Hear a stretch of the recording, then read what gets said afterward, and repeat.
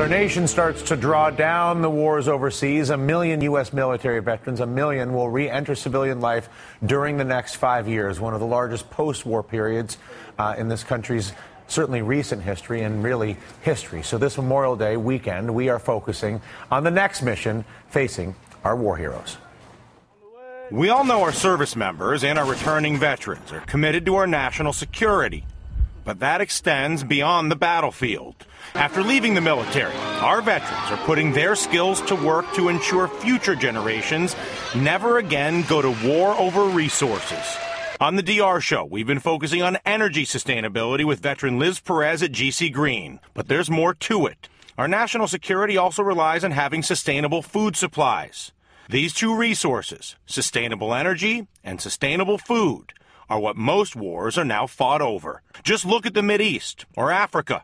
Our returning Marines know it, and they're doing something about it. Last week in California, we checked in with Liz for a status report since we first met in Austin. First stop, the California Center for Sustainable Energy.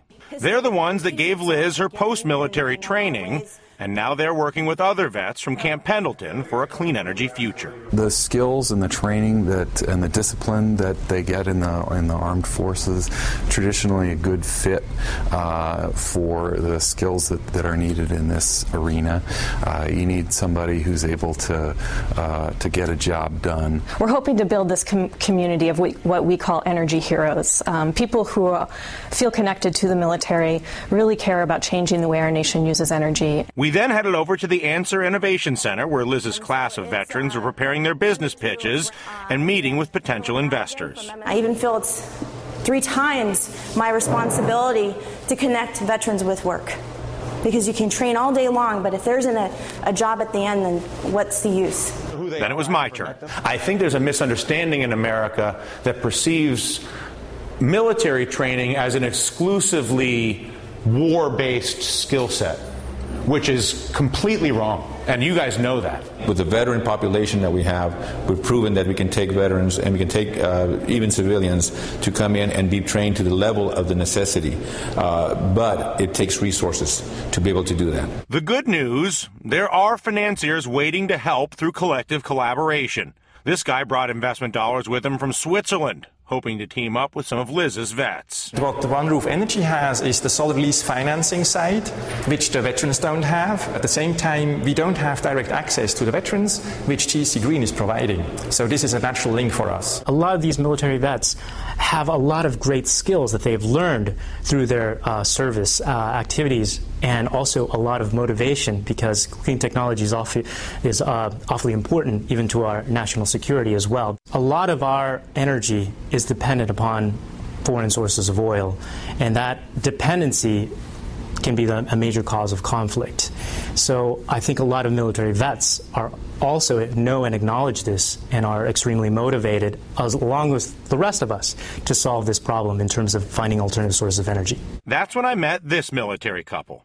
After serving multiple tours in Iraq, Sergeant Colin Archiplay and his wife Karen now run Archie's Acres, teaching vets sustainable farming, another pillar of national security.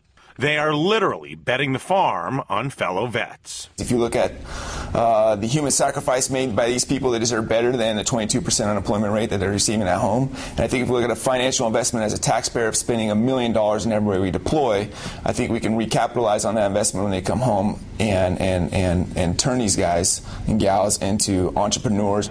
The amount of Americans that have asked to volunteer during this time of war, less than 1%, and they've been asked to go back and back and back because there's so few have volunteered.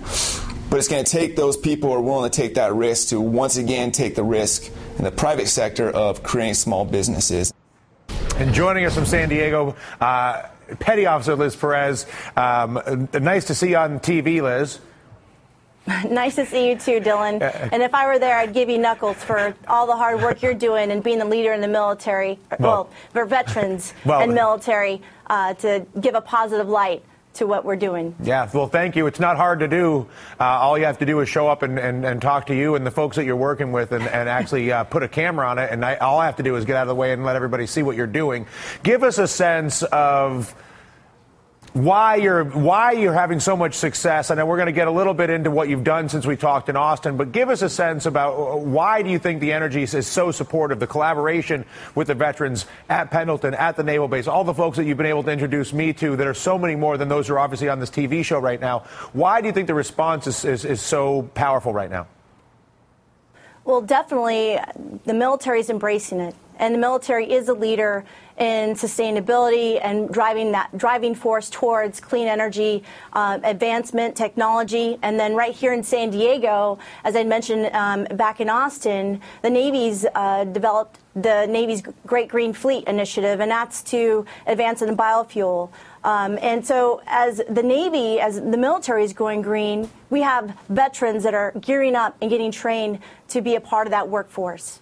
I would never expected to come out and meet a bunch of Marine veterans that you introduced me to and have them explain to me that real men grow their own plants. It was a different interpretation of macho. How has sustainability really found itself to the center of the security conversation? Well, you know, just like myself, Dylan, a lot of us have spent many times, in fact, on deployment. And like myself, I'm second-generation Gulf War veteran. My father served on the first Gulf War. And we come back with a different lens and an understanding that something needs to change. Whether it's clean energy, the organic farming, sustainability equals security. And that's just the dead end discussion there. So to that end, and I share this with other people, I say, listen, I give a lot of talks. I get to travel around, and I had this book tour, all these things, and you talk about all these things, great. I have a conversation with you and your veteran group, I don't know when it was, February, March, and we talked about formalizing ideas and the sort of venture capital model, the Imagine slides, and how people communicate and all this.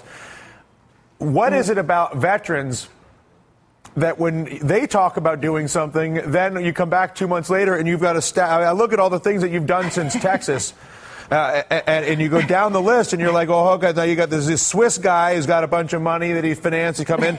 You've got the One Roof Energy Project. You've got the Project Serve Vets. Also, since Austin, you've certified 950 contractors, launched the green classes at San Diego State, new fast-track courses for veteran startups, testified at the California Capitol about efficiency. I can keep going. What is it about your culture and veteran culture that these conversations lead to lists like this, where in a lot of other parts of American culture, there just isn't that degree of follow-through, quite honestly?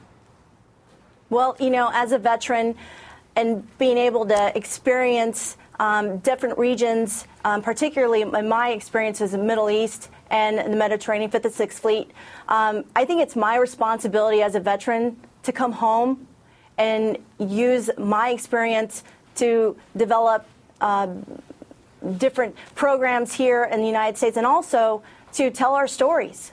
There's several veterans, and I think we feed off of each other. We're excited because, you know, through all that tragedy, there's also some good that can come out of that, and what we can do to embrace each other and our stories, and do something positive, because we understand that, yes, we're that 1%, but at the same token, we're beyond that 1%, because we have the ambition, the determination, and we are strong and capable and can do this. And right now I have at least 17 students as entrepreneurs through the Kauffman Fast Track courses, and they're ready to get out there and become America's next workforce. We're ready. We're hungry. Let's do it. Yeah. No, it's clear. The ball is in our court, and we're ready to catch it here. In fact, as we look back to Austin, it wasn't, of course, just Liz Perez. It requires a massive participation for a project like this of collective collaboration. Liz will stay, but the expansion of that mission, a visit with our very own corporate colonel on energy. He's in the house, matching our veterans like Liz Perez with jobs that can bring all of us the sort of sustainable culture that all of us know is central to our global security. The former boss at Shell joins Liz and myself to talk about what happens next after this.